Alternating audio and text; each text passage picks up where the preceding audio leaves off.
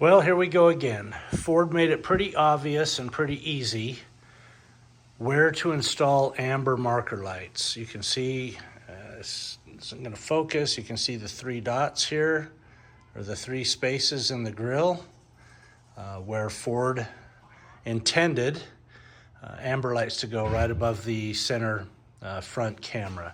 So that's the install I'm going to do today, is put those in. The lights I ordered showed up in the mail. It's not a lot to them. Matter of fact, it just came wrapped in this bubble wrap and just in a plastic baggie. Okay, so this is what comes in the packaging. This is, I'm not sure if that's the name of the company or not, but there's a lot. I found these on eBay. There's a whole bunch of companies that sell exactly the same part. They come out of Thailand.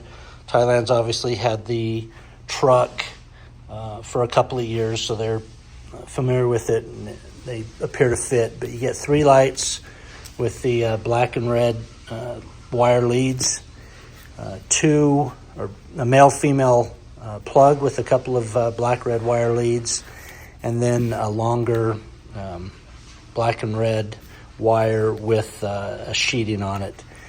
These lights have the 3M tape on the back, and they're just going to fit in these slots that Ford provided on the grille, basically right there, and they look to be like they'll be a perfect fit. You have to drill a little hole right towards the back end, the back side of this slot on each of them.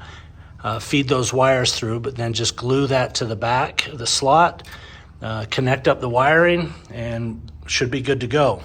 This shroud over the radiator housing has to come off, and there's, I believe, 13 of these plastic pop rivet things. So I'll pull those off. I'm going to let the engine cool down a little bit more. It's still pretty hot in here, hot to the touch.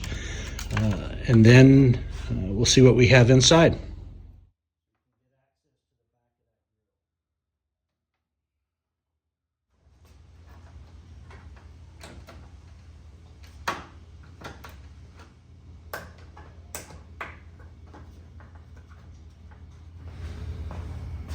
Okay, once you have all those removed, and yeah, there's 13, I've got them all removed. This top shroud just kind of lifts off of there really easy. You may have to move the air intake a little bit. That just comes out of there. Set that aside. These are all the exact same size plugs, so you don't have to worry about making sure that you keep them in order, because they're all exactly the same size. So now that I look at this, and I've got these the shroud off the top, I'm looking at how I want to mount these. The wire is going to come out the back, the two wires, and your 3M tape is either going to be, I can't decide if I want to put it on the underside and stick it to the top, or if I want to flip it around and stick it on the bottom. I'm not quite sure which way would be best.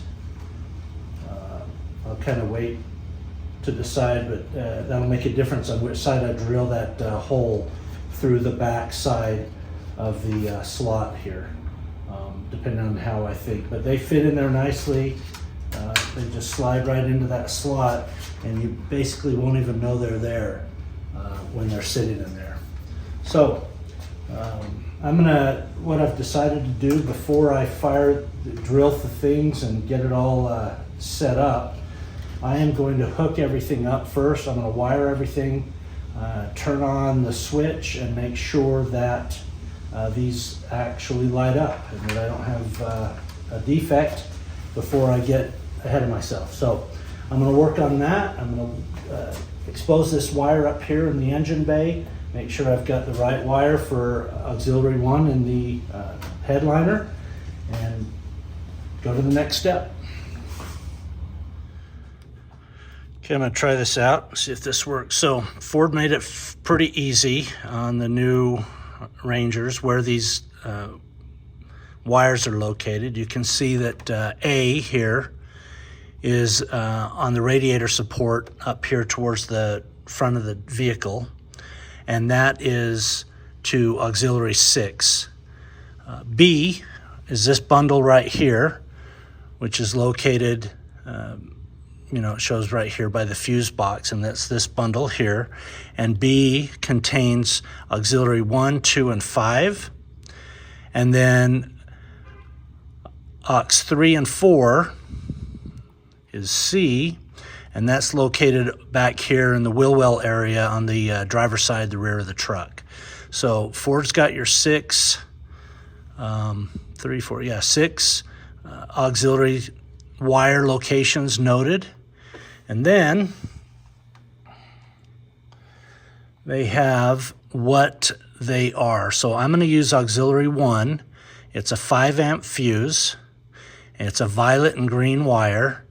And again, its location is location is B in that previous diagram. And that's one of these 3 right here. So I'm going to cut this sheath off, and I'm going to look for the violet, green, aux 1, 5 amp wire.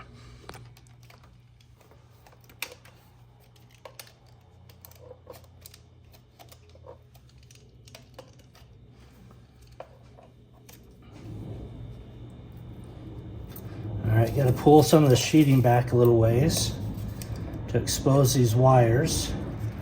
See if you can see what they are. So I need the violet and green wire, which is my aux 1. Line that looks violet and green. There is your blue and I would say violet or pink, and there is the green brown. So this is the one we want to use. It's capped off. I'll snip that, and I'm going to get things wired up to this one to test out and make sure we got the right, or the lights are working first.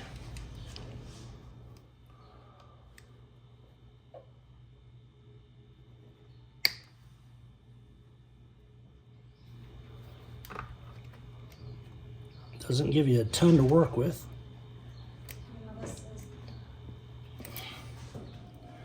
Okay, so got that exposed. If I can get that off of there.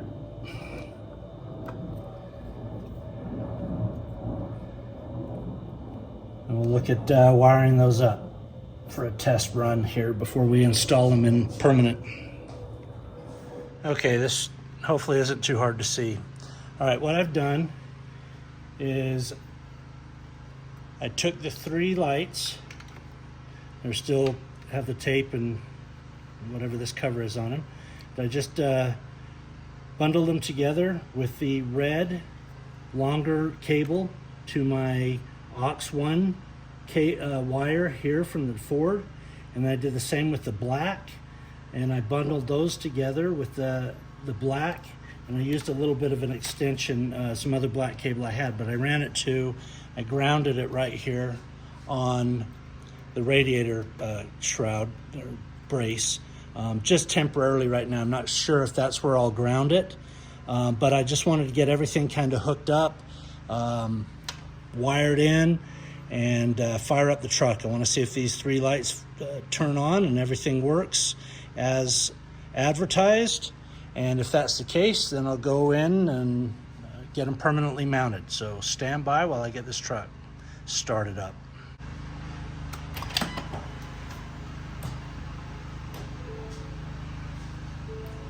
Okay, that's the power on the truck on auxiliary 1.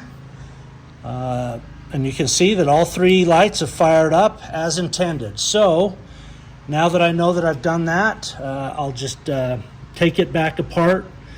I made it easy with just these little wire nuts so I could take it apart before I permanently put it together and crimp them and shrink, put the heat shrink on and everything.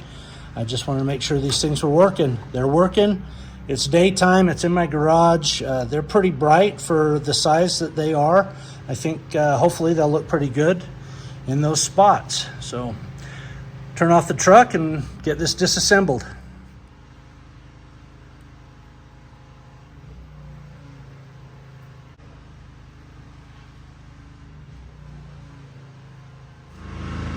Okay, after test fitting and kind of looking at these lights and how they're mounted up, or would be mounted, The 3M tape, I've opted to put it on the underside of the spaces in the grill, the slots in the grill.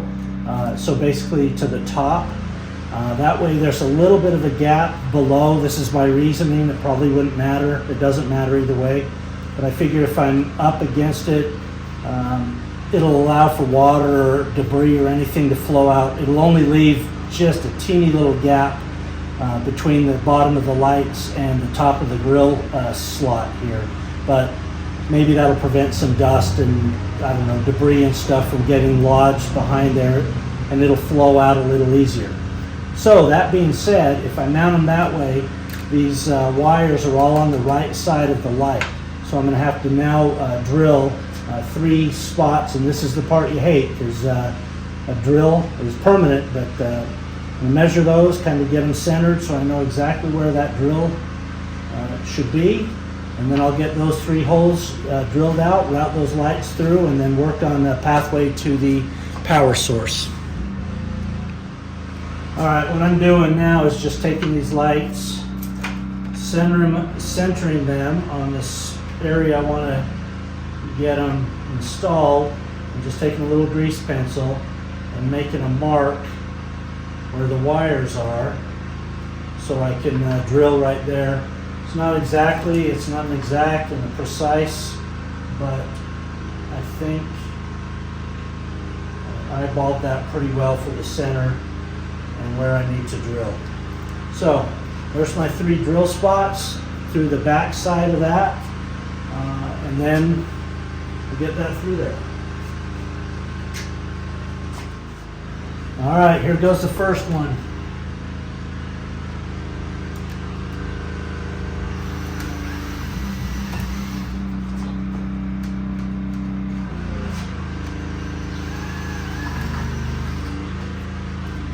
So hot out here, that's like drilling through butter. That's the first one. Before I drill any more, I'm going to make sure those wires fit through that and I don't have to get a larger bit.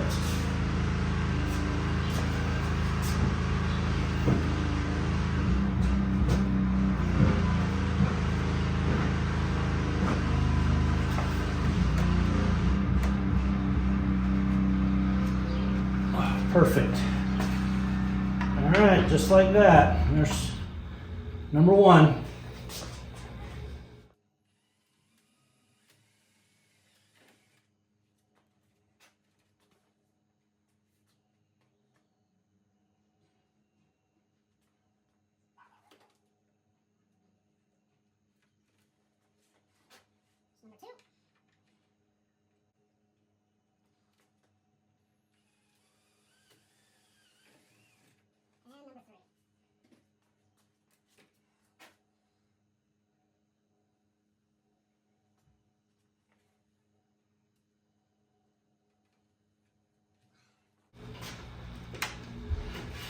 All right, got all 3 together.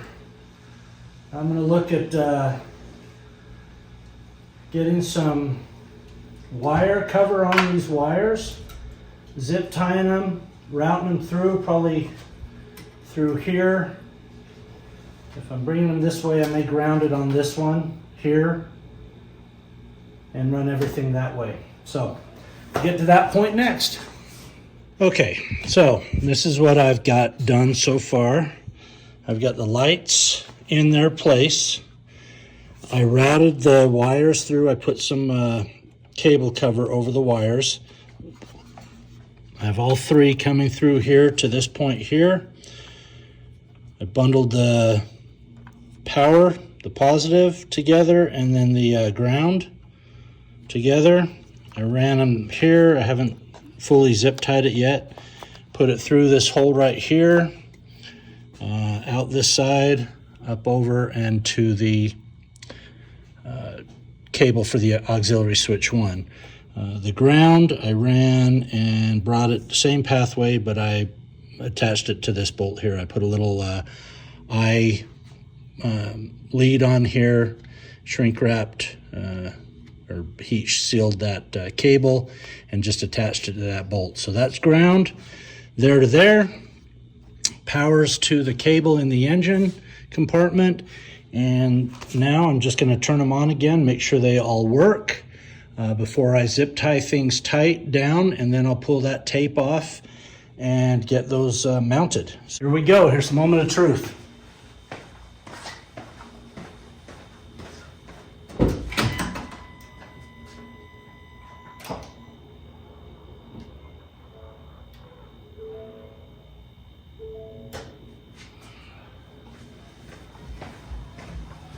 All right, looks like they're all on.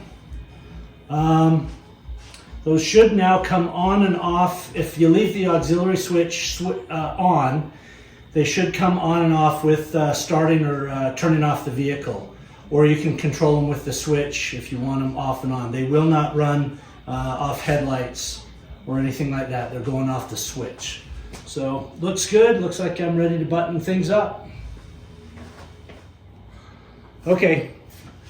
Finished up, everything zip tied, routed over. The lights are all tacked up into their slots. You can hardly see them on there. So finish that up. I'm gonna put the shroud on.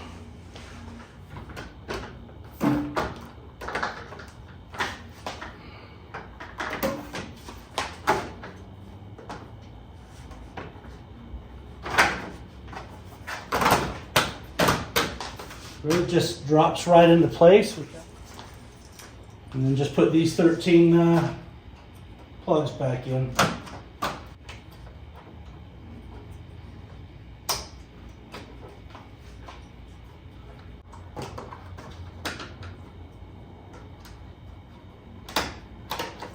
All right, here they are. They're on. They're not overly super bright, but they turned out all right. I think they look good. They look close. You see that they sit in there really well.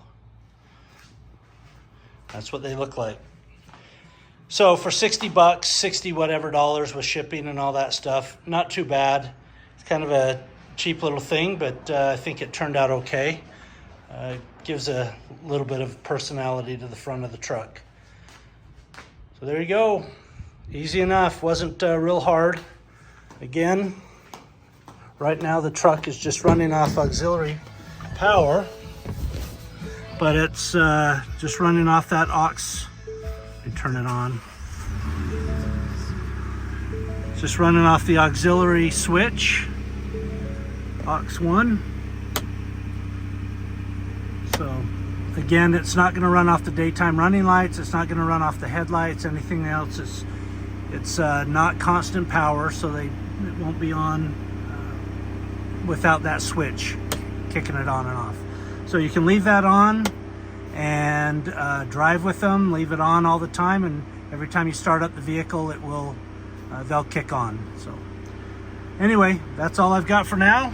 We're at a whopping what does that say? 613 miles, and it's currently 98 degrees outside. So I suggest, even though you're in the garage, wait until it cools down a little bit, because it was a hot, miserable afternoon. Anyway, thanks for watching.